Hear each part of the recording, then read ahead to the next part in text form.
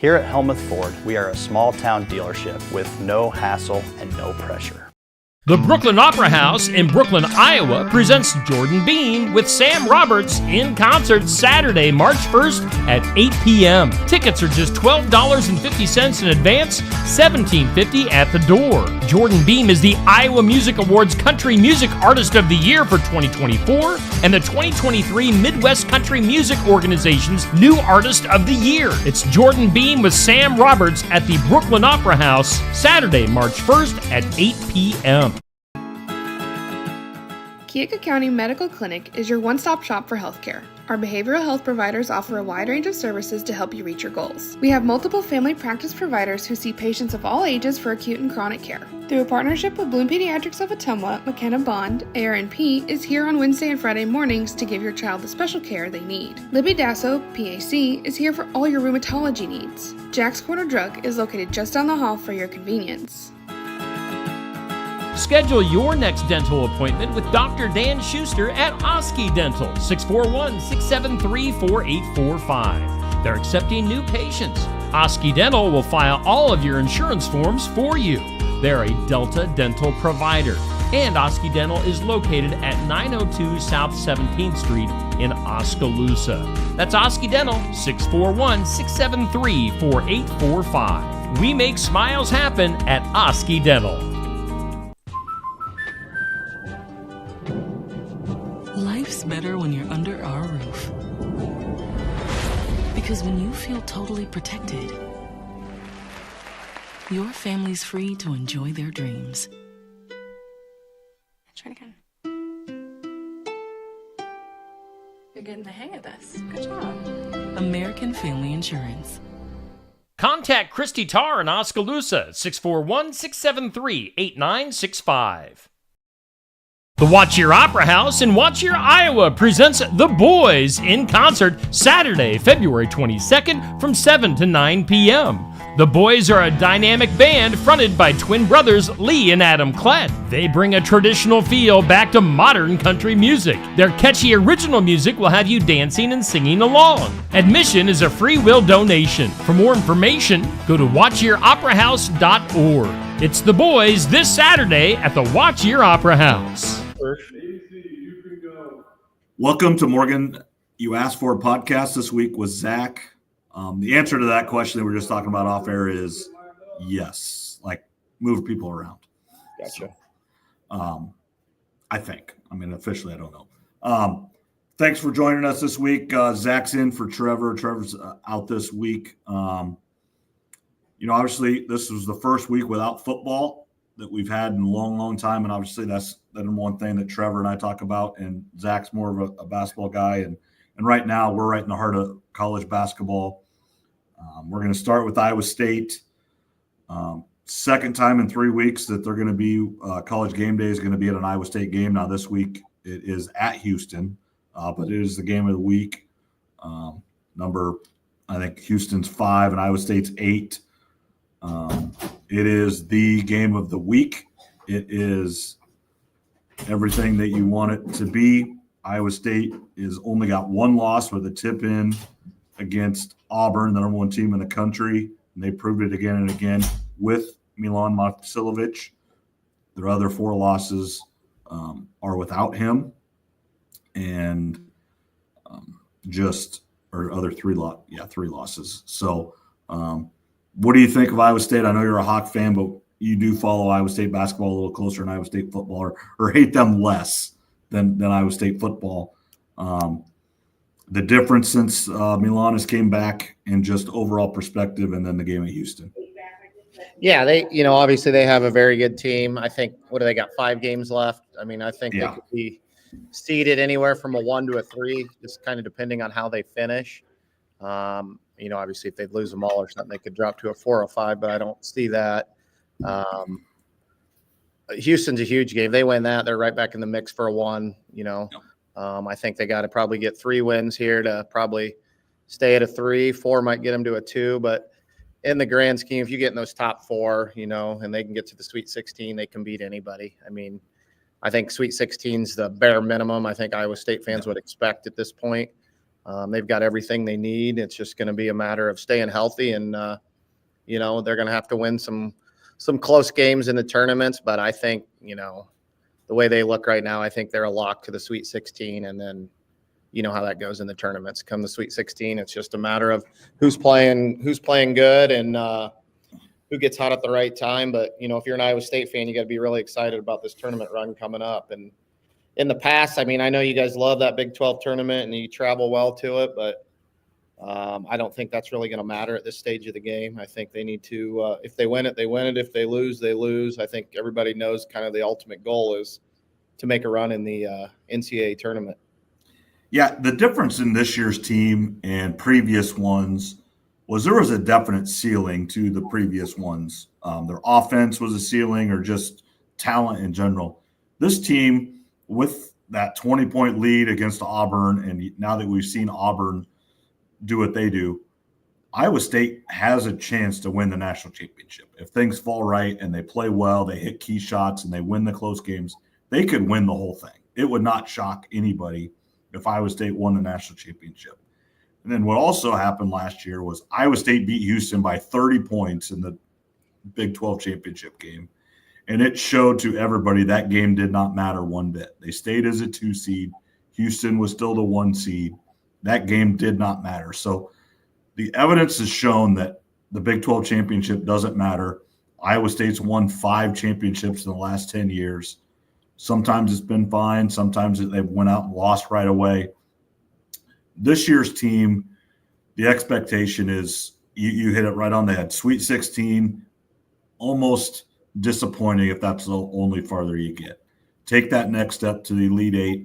I think the one where everybody's, to get to the championship game, if you make the Final Four, your goals have been met this year. It's different than the previous few years. The Final Four is the goal, is the destination that Cyclone fans want this year. Yeah, I mean, I would agree with you. Minimum Sweet 16. I think Iowa State fans would feel like the season was, even though it is a successful season, there's just so much put into March Madness that if they would get upset in the first or second round, there would be a lot of Iowa State fans just that felt like this wasn't a satisfying season. You get to the Sweet 16. I think you get to the Elite Eight. That's a really good season. And then, like you said, if they get you get to the Final Four, that's huge for your program. And like you said, you had Auburn down by 20, who I think everybody in the country says is the best team, and it's Duke's right there. But we'll see how it goes. There's these next few weeks will tell a lot in the seeding. And I know I've heard you guys talk. You'd like to have that 1 seed. It looks good on your program, but I think it looks good if you could get to the Sweet 16 Elite Eight as well. So I think they're in prime position with the 1 through 4 and, to make a run, and you got to stay healthy. And I like your chances to the Sweet 16. Yeah. The 1 seeds if Monsilovich never gets hurt and Caleb Love doesn't hit the 65-foot shot, 1 seed's way more into play. I think a 1 seed, essentially, to get the 1 seed, you would have to win out, not lose another game. And because the SEC, I don't believe the SEC truly is going to get 3 number 1 seeds. A couple of them have to play each other, and then they have to play each other in the SEC championship. I just think some of them are going to lose enough. Houston, I believe, is going to jump into that 1 seed line as well, unless Iowa State would run the table. But I would say Houston most likely, Iowa State maybe next would definitely have a say in that 1 seed. But I want Iowa State to be a high 2 seed. Stay away from Auburn as long as you can. They're good. I just what they did at Alabama made a little bit of a run, but what Auburn did at Alabama on Saturday was impressive. They've proven how good they are with only a couple losses on the season, and both teams are ranked in the top 5 that they lost to. Yeah, I'm just really impressed with the SEC, how they've kind of turned into a basketball conference. I mean, they have some powerhouses in there right now. You still have Duke and all those. Yeah. But there's going to be multiple teams in that Sweet 16 that we had no clue where they came from. That's the beauty of the tournament. I do wish they would take into play kind of how you're playing. Like I can't like I can't believe K-State, they're not even in the mix, and I would not want to mess with them right now if you drew them, but I don't think they take that into account anymore, how you're playing or how you finished. It's more of your body of work, and I don't think K-State's going to make the tournament unless they win the Big 12. Right. They've lost 2 in a row after winning those 3 or 4 straight. Kansas would be a team kind of going the opposite way. They're going to get in because they have a win against Duke. They have a win against Michigan State. They've got the wins that you want, but they're playing horrible basketball right now.